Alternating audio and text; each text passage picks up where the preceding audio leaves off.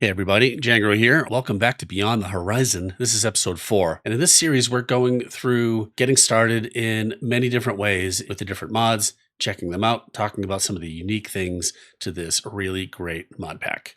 Let's check out our clipboard. So here's what we're going to do in this episode. We're going to talk about multi-tools. I'm going to show you quickly like 3 or 4 different ways you can get multi-tool functionality in Beyond the Horizon. Then there are structure maps that I want to talk about, and we're going to go do some exploring based on one. This mod pack has custom structure maps in it to help you guide you around the world. Then we're going to do some of the early game things I like to do, or multiplication. And if you're like me, you will have a storage beast like I do over here. There's also several ways to deal with storage in this pack, and we'll talk about some of those options as well. All right, let's talk about multi-tools. I am hungry right now. Let's cook some mushroom stew in the stove and cooking pot. This is from Farmer's Delight. This came for free with this structure, but those are pretty easy to make. Definitely worthwhile.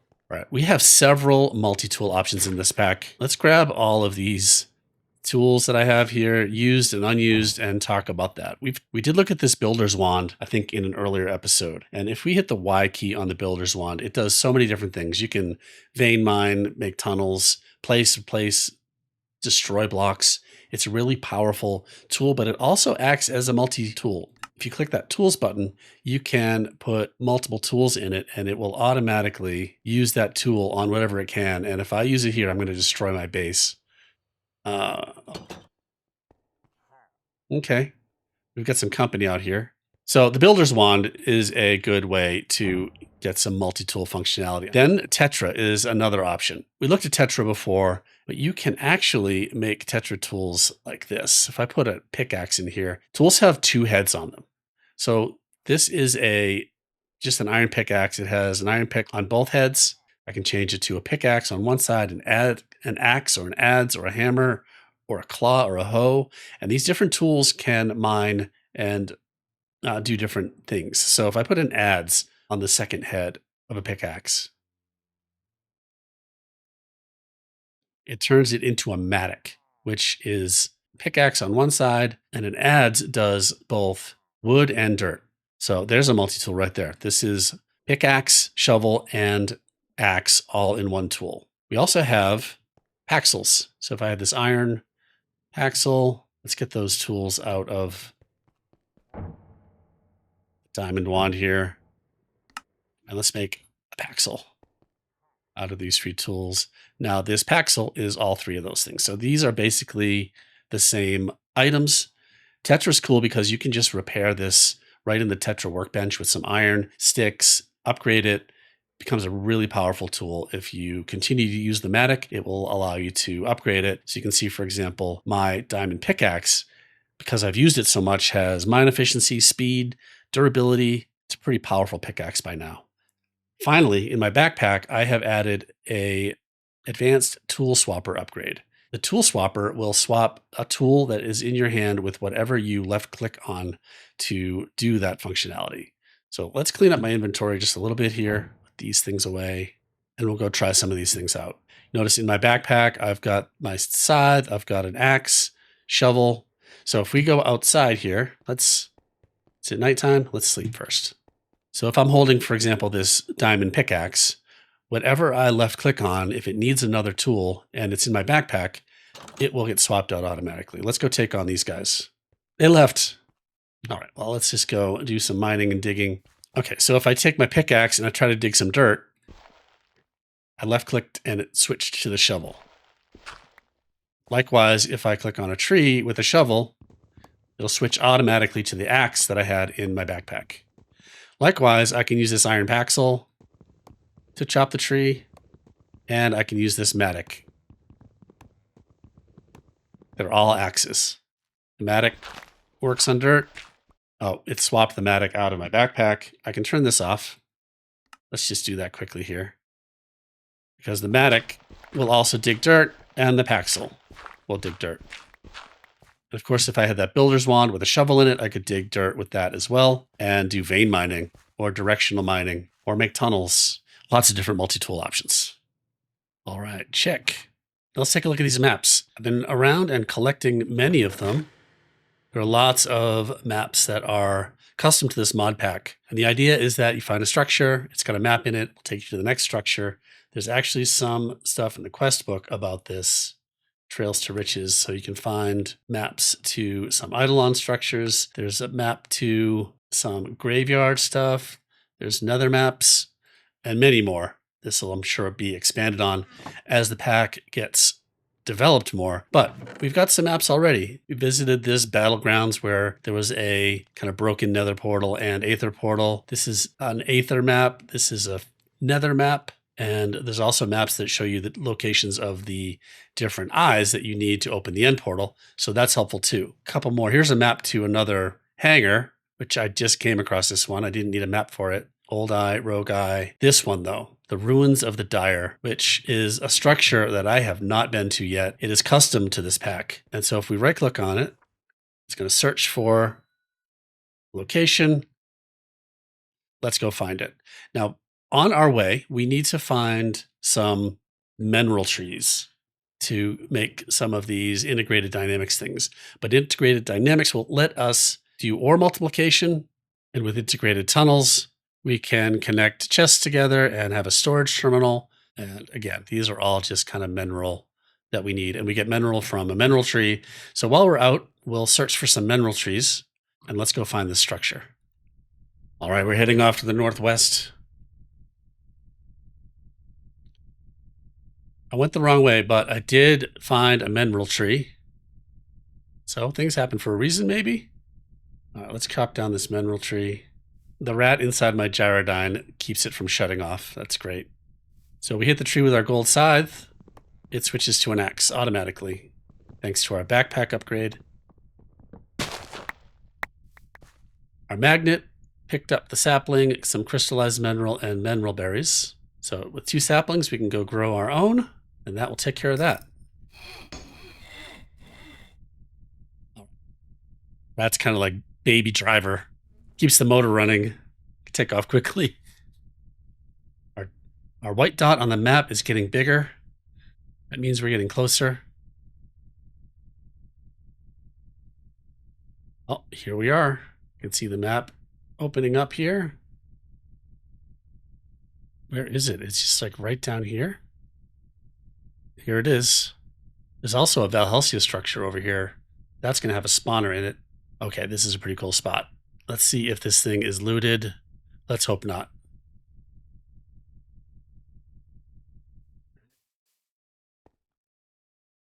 Okay, here's the structure. It's got a forest dragon egg in it. Another map to a hangar. A chisel from the Rechiseled mod.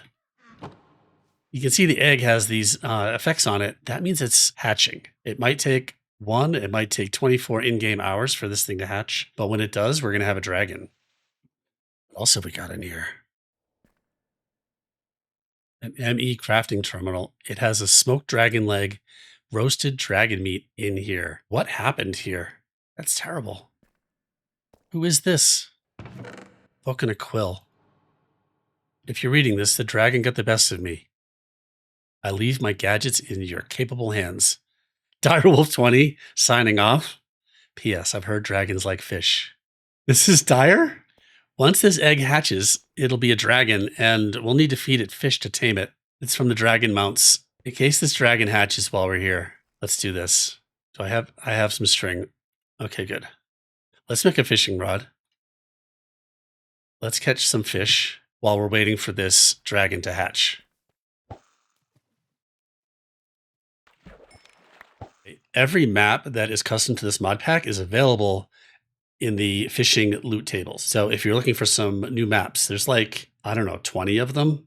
I honestly don't know the exact number, but you can get them from fishing. So if you're looking for something to do, throw a line in the water.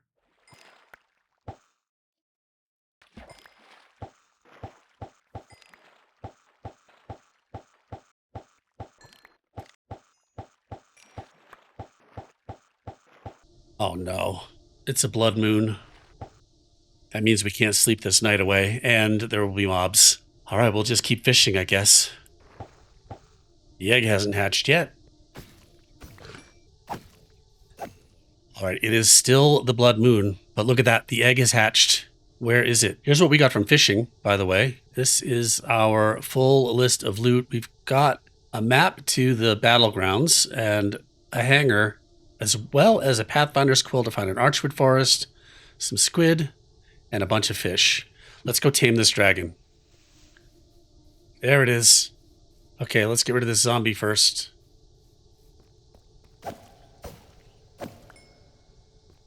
Okay, dragon. Okay, I did get 1 heart when I right-clicked it with a fish. I don't think it's tamed yet, though. Okay, now the fish are doing stuff. I think I'm helping it grow.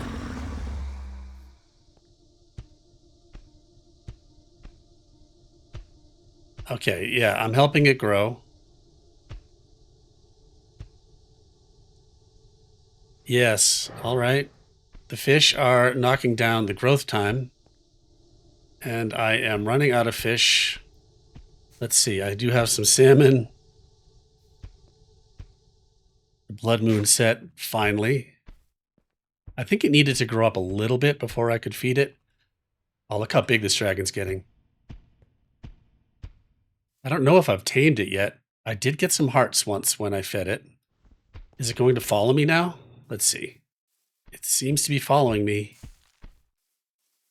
Let's test this out some more.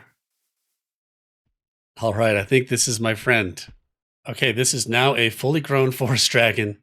I do need a saddle. All right, let's see if it'll follow me. Yeah, it's going to follow me home. Let's go back home and get a saddle. Then we'll come back here and we'll go get that Applied Energistics 2 ME system. The dragon keeps teleporting right in front of me and breaking my gyrodyne. That's great. It's going to break my gyrodyne. It just broke it. I wish I brought a saddle with me.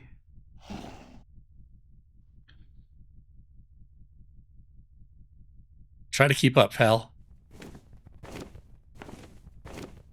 All right, there's my mountain. We're almost home. All right, I do have a saddle. You can craft them in this pack, leather, string, and iron. So that's pretty easy to do. Hey, Vicky, what do you got? I don't have gold coins to get the chunky cheese token still. You just right-click on a tamed dragon to put a saddle. Oh! There we go. The saddle is on him. And right-click on the saddle. And here we go. The thing you need to be careful about with the dragon is the keybinds. And I'm not sure if you can adjust these, but you might want to, because space is to go up, Z is to go down, which is also mapped with this the hotbar switcher mod, and shift to dismount. And you got to be careful, because if you hit shift by mistake thinking that it is to descend, well, you're going to jump off the dragon in midair. Pretty amazing. So when I'm flying on a dragon, I basically take my hand off the shift key just to make sure. Now, this wasn't supposed to be about the Dragon Mounts Legacy mod, but here we are. So just to recap, if you find a dragon egg, or if you get a dragon egg, you can actually change the type of egg you have by placing the egg in different environments. I found this forest dragon egg. It was already hatching, but once you place the dragon egg down, you right-click on it to hatch it. The baby dragon, you can feed it fish, any kind of fish, to make it grow faster. And then once it gets big enough, you can put a saddle on it. And in the process of feeding it, it's going to get tamed. So yeah, pretty awesome. Shift to dismount, and then shift right-click to make them sit. Over in that direwolf structure, there was a Applied Energistics ME system, a really basic one. Let's go loot that. This is pretty cool. Honestly, this would be a great place for a base. All right, you just hang up right there. Let's go up here and loot this structure before we get into that AE2 system. Let's just see what kind of loot we have in here. There was literally a saddle sitting right up here near us. Whoa, okay.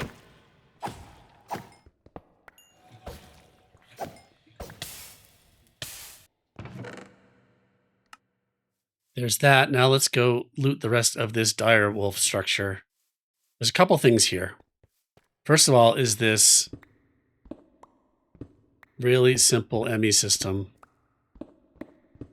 This is a great head start into this into Applied Energistics. It's got a 1K item storage cell in it, some crafting terminals. So we got some glass cable, crafting terminal, 4 of them, and some cable facades, and that storage cell. We'll put that back together at the base. Oh, we need that too.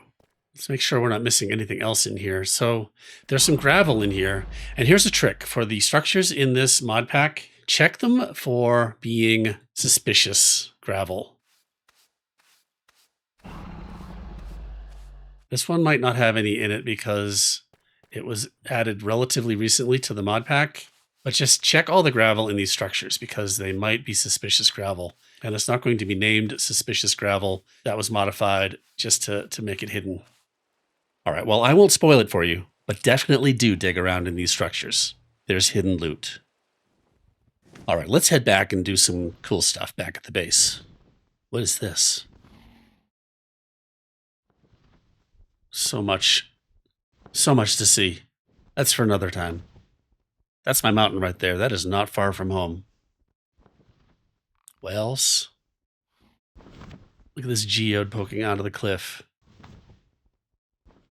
Home sweet home.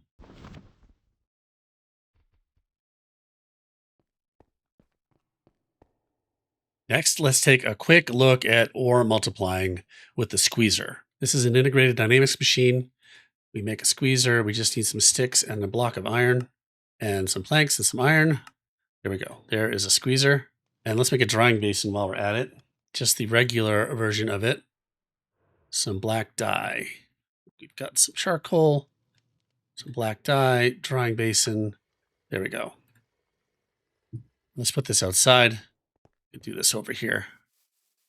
So we put down the squeezer. We're going to put a pressure plate next to it and a drying basin next to the squeezer. Actually, see these like troughs right here? I think the drying basin needs to be kind of facing those things. So now we can put, I have some iron ore somewhere. And if we look at the squeezer here in JEI, we can see all the things we can do with the squeezer, and we get some pretty good ore multiplication. 1.75 diamonds, some good dye production, and iron, we're going to get 2.75 iron out of an iron ore, which is kind of like Fortune 3. And if we just, the way this works is we put it in here, and we jump on top. Like, we jump. And that went into the drying basin. And there we go. We got three raw iron from that. To reset it, we need to send it a redstone signal, which is why I put this pressure plate here. Put another one in. Jump up and down. Reset it. It's a little bit of a tedious process, but worth it. And there we go. 24 iron ore from that. We can also put mineral logs in here. And that's going to give us mineral resin in the drying basin, and then that's going to dry into crystallized mineral.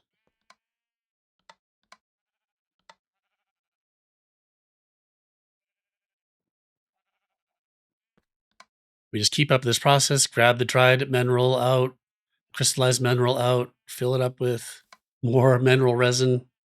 This crystallized mineral we can turn back into this mineral chunks, which we also get from harvesting trees. So when these grow, if we made a create tree farm, we could automate getting all that stuff too. There is the squeezer and drying basin. And this is going to allow us to get started in Integrated Dynamics, integrated tunnels for a storage solution.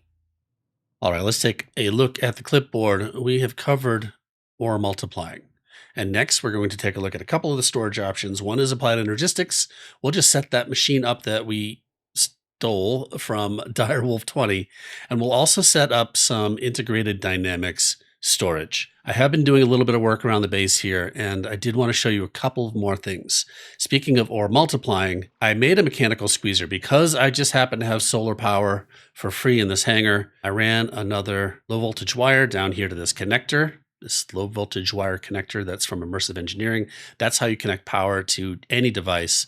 And I made this mechanical squeezer, and it works like this. It's basically the same as the squeezer that I was jumping on, except it is much faster and automated. And look at all this coal I'm getting. And here it is doing iron. I can put mineral logs in here and it will fill up the liquid slot here. So definitely work your way to a mechanical squeezer as quickly as you can. The recipe for that is a little more expensive: obsidian and diamond, a couple of these batteries, and the squeezer, which I stole my manual one. I'll never want to use that again. And these energy batteries, just some more mineral and redstone. And there you go. I also set up a mechanical press from Create over here. I'm slow rolling my way into Create here because Create 6.0 is coming out and it has amazing storage solutions as well. It's being talked about as the applied energistics killer. So we'll see about that. As soon as all the add-ons we have in this pack are ported, we will be adding Create 6 to this mod pack. So anyway, I put together a depot here and just automated iron sheets going here, because for the next step, I'm going to need a bunch of iron sheets. First, let's look at integrated tunnels, which is part of Integrated Dynamics.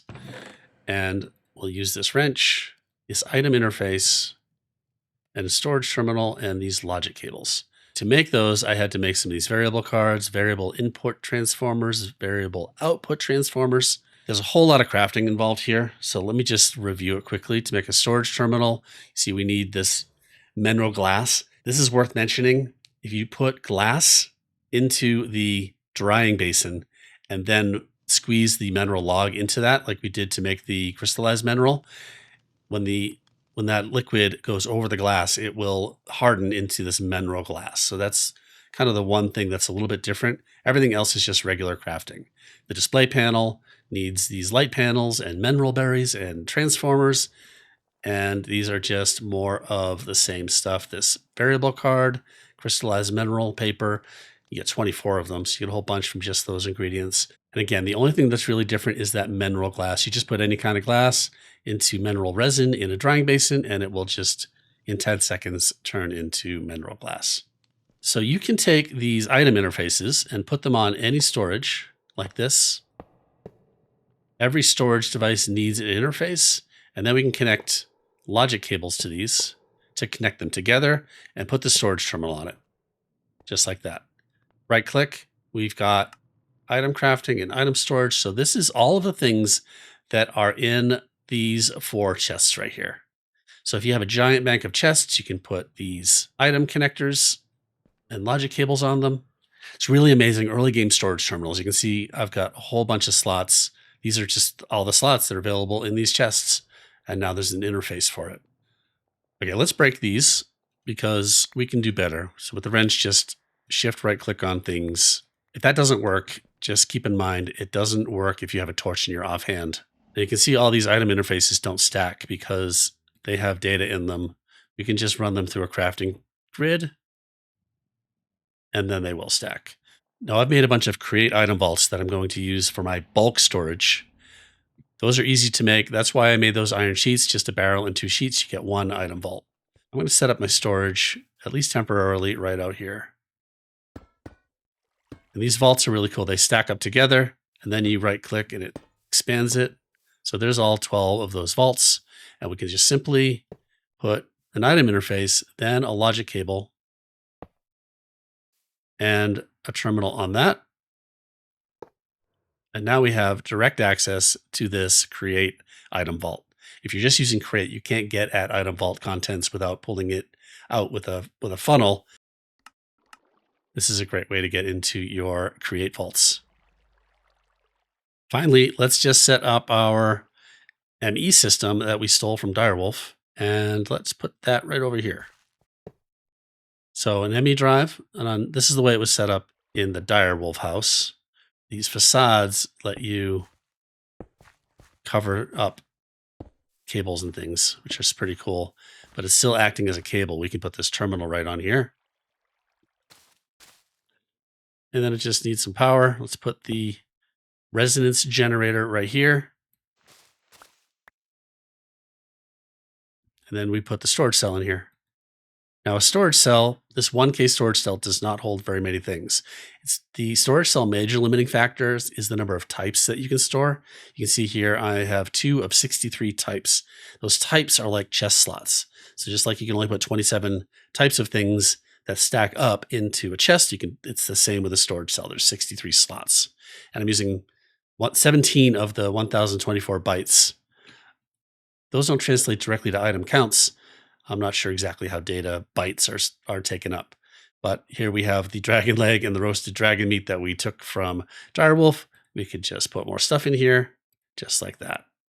Now, getting into applied energistics is a little bit more complicated than just stealing this setup from Direwolf, but this is about as basic as it gets, and it's not very hard to get to this very basic Applied Energistics 2 setup. I have a bunch of videos on getting started with Applied Energistics 2 if you want to check it out. AE2 does require power, and the bigger you make your network, the more power it takes, but this crystal resonance generator is a really easy early game free power just for Applied Energistics 2, just like we have a solar panel powering our mechanical squeezer.